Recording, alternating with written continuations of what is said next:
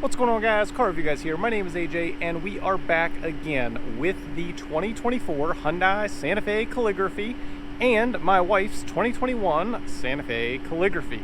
So we have the older generation before this new one.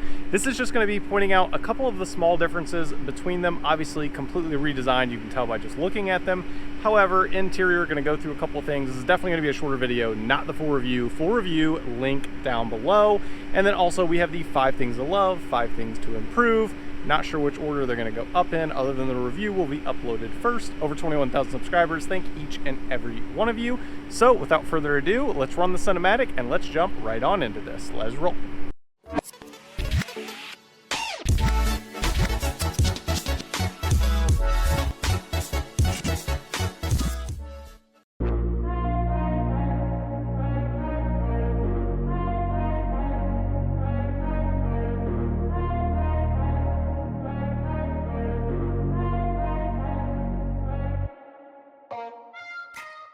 As already stated, obviously you can tell a big difference from the exterior, fully redesigned on the new 2024.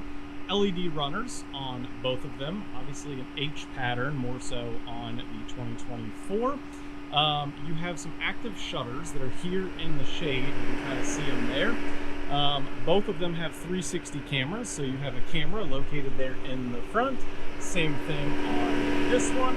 So again, a lot of similarities, but a lot of differences. So just taking a look again, overall side profile, you can see that the trim on this is a gloss black.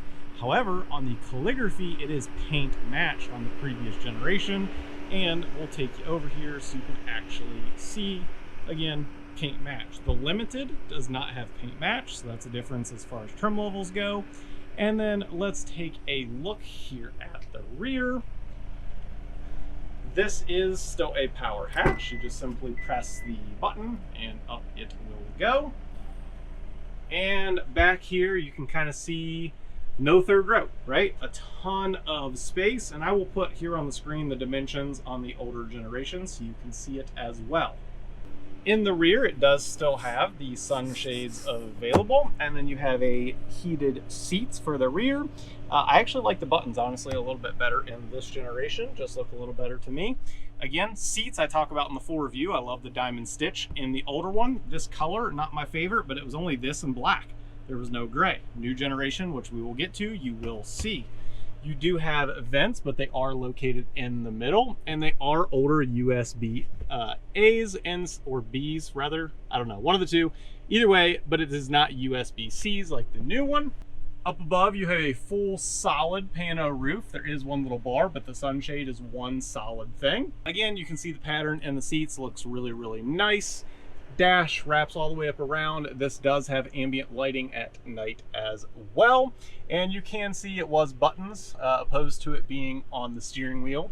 And you can still see it has heated seats, cooled seats, dual zone temperature. You have a wireless charging pad right here. It basically goes down in there just like that. It only opens from one side for the console.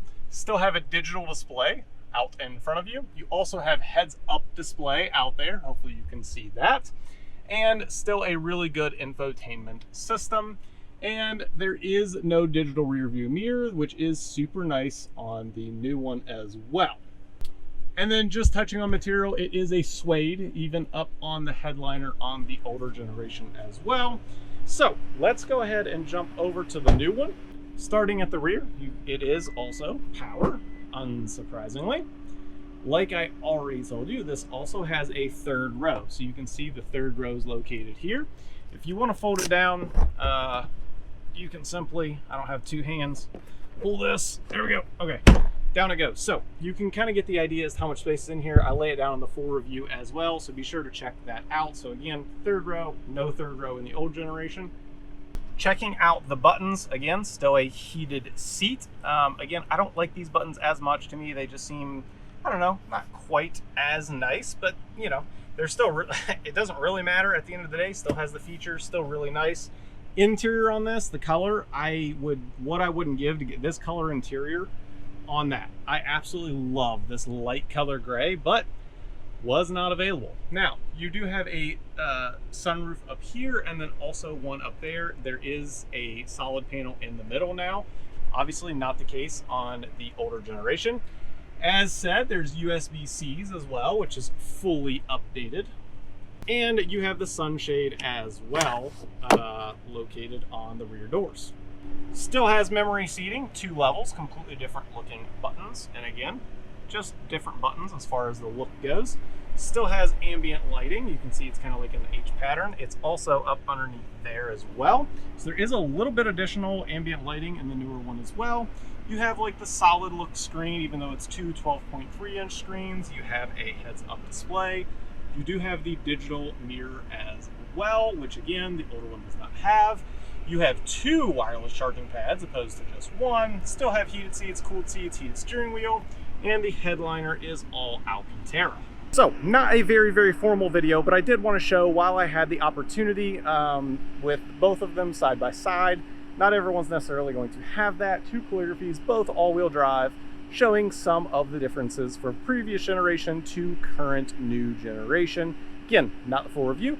Full review is linked down below. So if you want to know all the details, that's the video for you. Next video, 5 things to love, 5 things to improve. And last but not least, over 21,000 subscribers. I thank each and every one of you. And as always, I'll catch you guys on the next one. Peace.